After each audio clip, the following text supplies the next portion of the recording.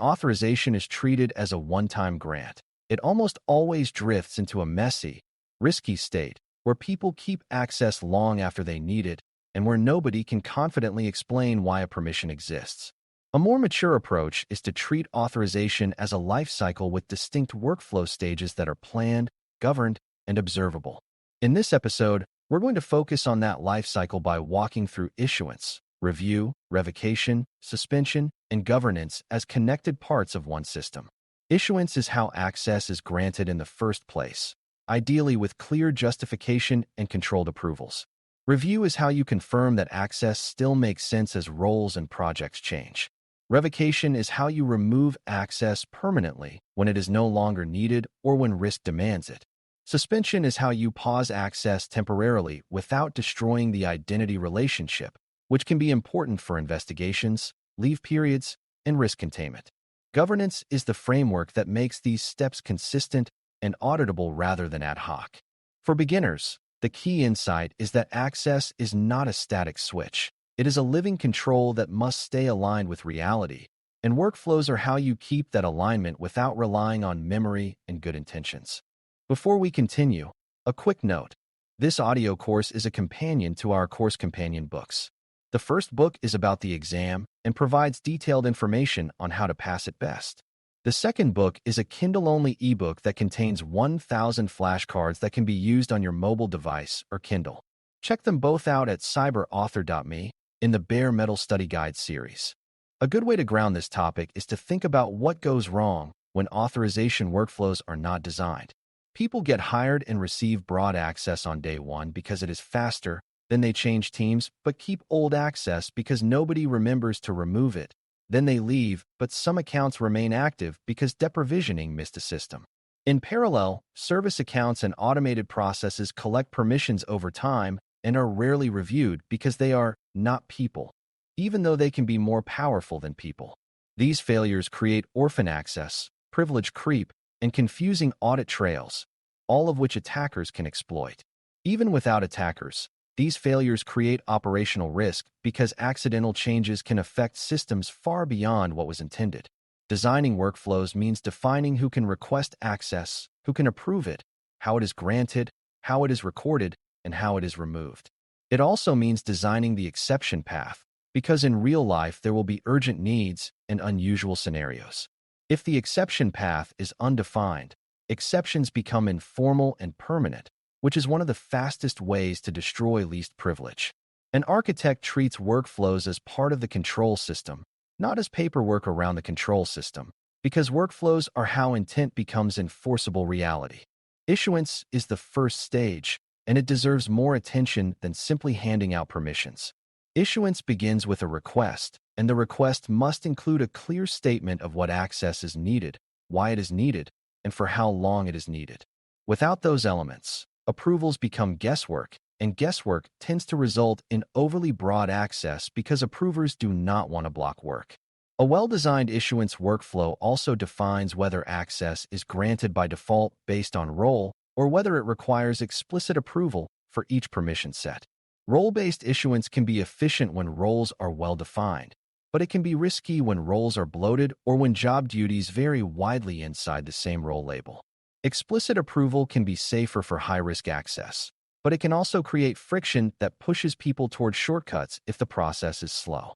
Architects balance these tensions by defining tiers of access: low-risk baseline access that can be automated and higher-risk access that requires stronger justification and approval. Issuance also includes the technical act of granting access, but the design focus is that granting should be predictable and traceable, and it should not rely on manual edits that are hard to audit. For beginners, the important idea is that issuance is where privilege often becomes permanent, so time-bounding and clear justification should be baked in from the start. Approvals are the center of issuance, and the biggest architectural challenge is defining who the right approver actually is. A manager may understand the person's job responsibilities, but may not understand the sensitivity of a particular data set. A system owner may understand the system's risk, but may not understand whether the user truly needs access to do their work. A data owner may understand the data's sensitivity, but may not be available for rapid approvals. These realities push architects to design approval paths that match the type of access. For example, access to a specific system might be approved by the system owner, while access to a sensitive data category might require a data owner's approval, and privileged administrative access might require both plus additional oversight. Separation of duties also matters here because the requester should not be the approver, and high-risk approvals should not be concentrated in one person who can grant themselves powerful access. Another subtle point is that approvals must be meaningful, not rubber-stamped, which requires that approvers have enough information and enough context to make the decision. That is why issuance workflows often include standardized request fields and defined access packages rather than free-form requests. For beginners, the takeaway is that approvals are about accountability and risk understanding, not about slowing people down, and designing them well reduces both over-access and approval fatigue. Once access is issued, review is the stage that keeps authorization aligned with changing reality, and this is where many systems quietly fail if reviews are treated as optional. Review means periodically confirming that access is still needed and still appropriate, and it can be performed at different levels. You can review individual entitlements, such as a particular permission set, or you can review role membership and group membership as proxies for many underlying permissions. Reviews are essential because people's jobs change and projects end, yet access often remains unless something actively removes it. Reviews also address the problem of unknown access, where nobody can explain why a permission exists, which is a major governance red flag. A beginner misunderstanding is thinking reviews are purely compliance tasks, but reviews are also practical security controls that catch drift before it becomes an incident. The quality of review matters more than the frequency, because frequent reviews that no one understands become meaningless. Architects therefore design review workflows to be understandable, targeted at high-risk access, and supported by evidence such as last-used dates, associated tickets, and descriptions of what the access enables. When you design reviews well, you reduce privilege creep and create a culture where access is expected to be justified, not assumed. A key part of review design is deciding what signals and context reviewers need so they can make a confident decision. If a reviewer sees a list of cryptic group names, they cannot meaningfully assess whether access is appropriate. If a reviewer sees a clear access package name, a description of what it allows, a justification from issuance, and evidence of recent use, the decision becomes easier and more accurate. Architects also consider who should perform the review, because the right reviewer depends on what is being reviewed. For ordinary business application access, a manager might be appropriate, while for sensitive data access, a data steward might be necessary. For administrative access, reviews often require security oversight because the risk is higher and the implications are broader. Another consideration is how to handle non-responses, because review workflows often fail when reviewers ignore them.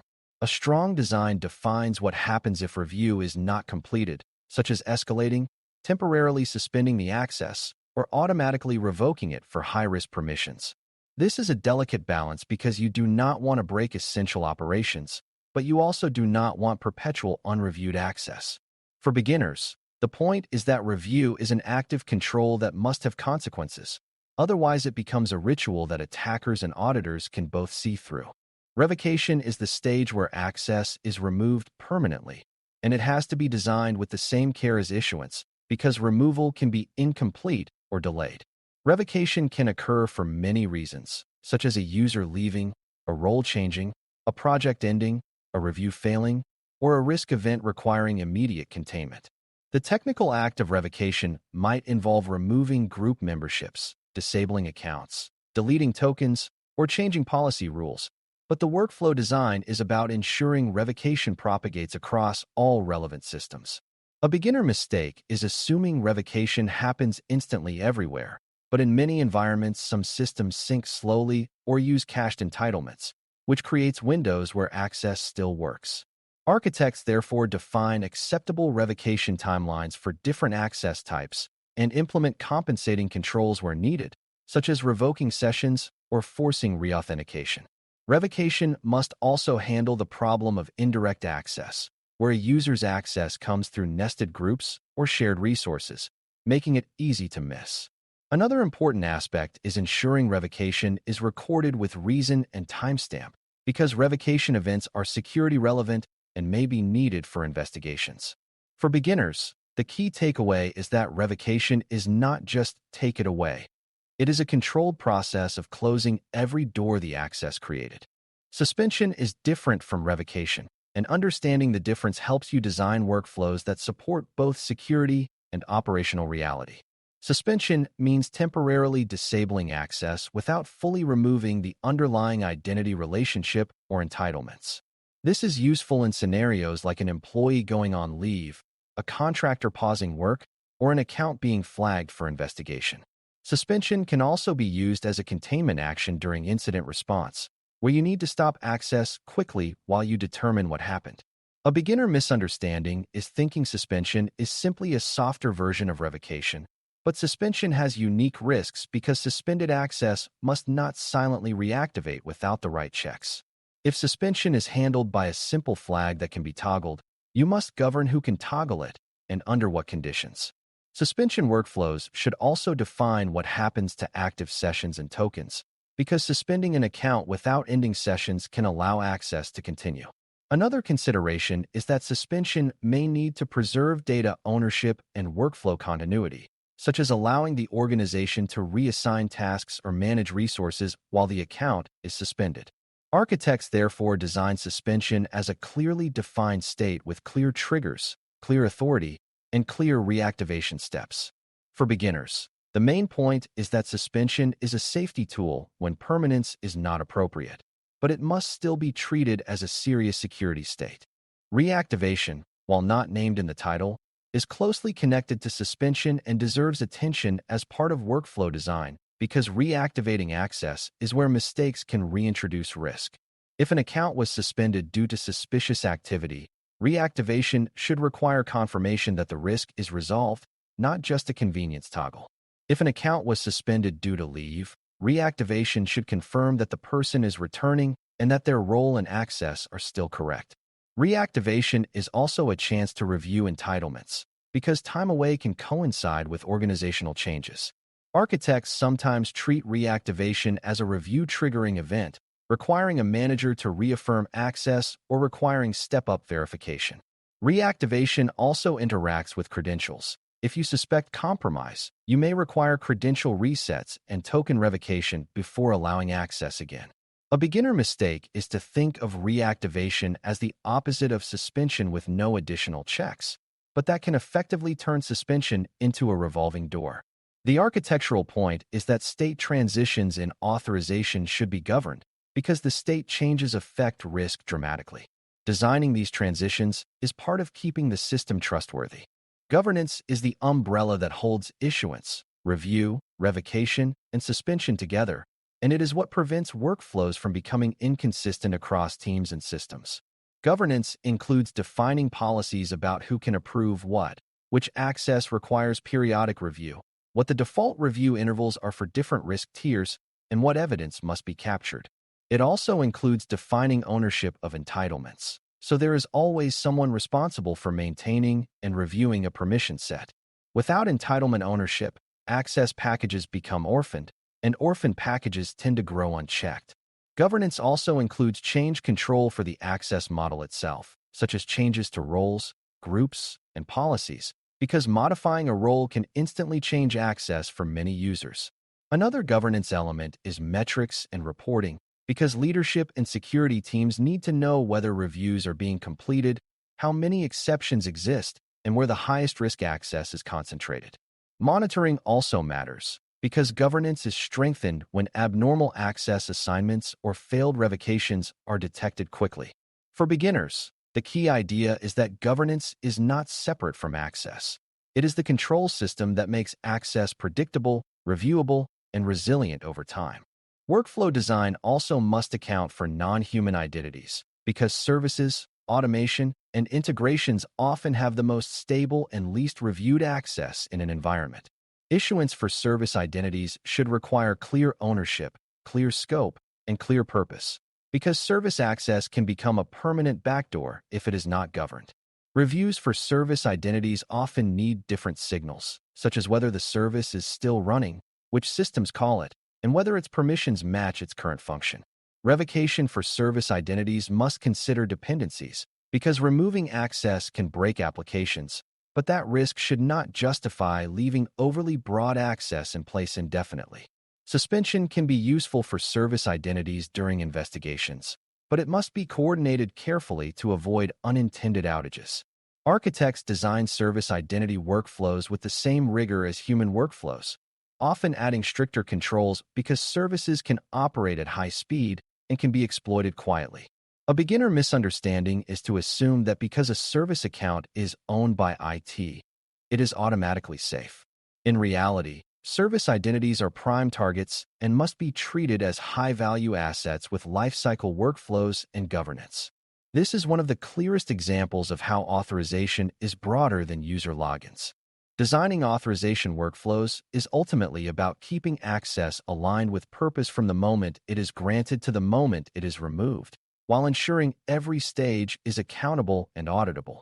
Issuance must require clear justification, appropriate approvals, and time-bounded design where possible, so privileges do not become permanent by accident. Review must be meaningful, supported by understandable context and evidence, and tied to consequences so it actually reduces drift rather than producing paperwork. Revocation must be complete, timely, and propagated across systems and sessions so old access does not linger in hidden pathways. Suspension must provide a controlled temporary stop with strong rules for reactivation so it cannot be abused or misused. Governance must define ownership, change control, and monitoring so the workflow remains consistent as systems and organizations evolve.